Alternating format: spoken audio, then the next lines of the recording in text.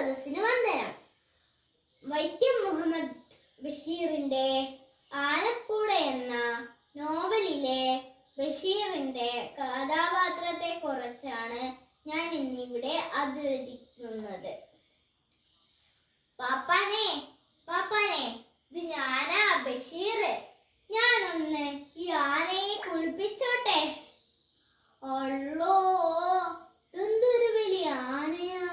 ഇനി ഞാനിപ്പോ എങ്ങനെയാ ആനവാല് വരയ്ക്കുക? കിട്ടിപ്പോയി. രാധാമണി, നിനക്ക് ആനവാലല്ല വേണ്ടത്, ഇപ്പൊ ശരിയാക്കി തരാം.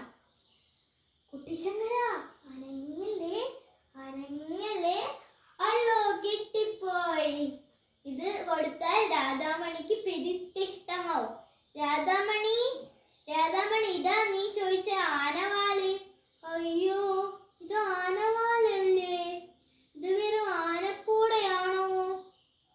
അപ്പോൾ നീ എന്നെ കിടക്കയിൽ മുള്ളിൽ നിൽക്കല്ലേ? ഇല്ലേ?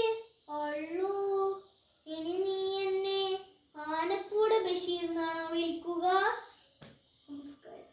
പാപ്പാനെ, നാളെ വെട്ടിയിരു. നല്ല കൊഴുപ്പിത്തോട്ടെ. ഇതെന്തൊരു വലിയ ആനയാ? പത്തോടെ ഡബ്ബ ഇതൊരു വലിയ ആനയാ.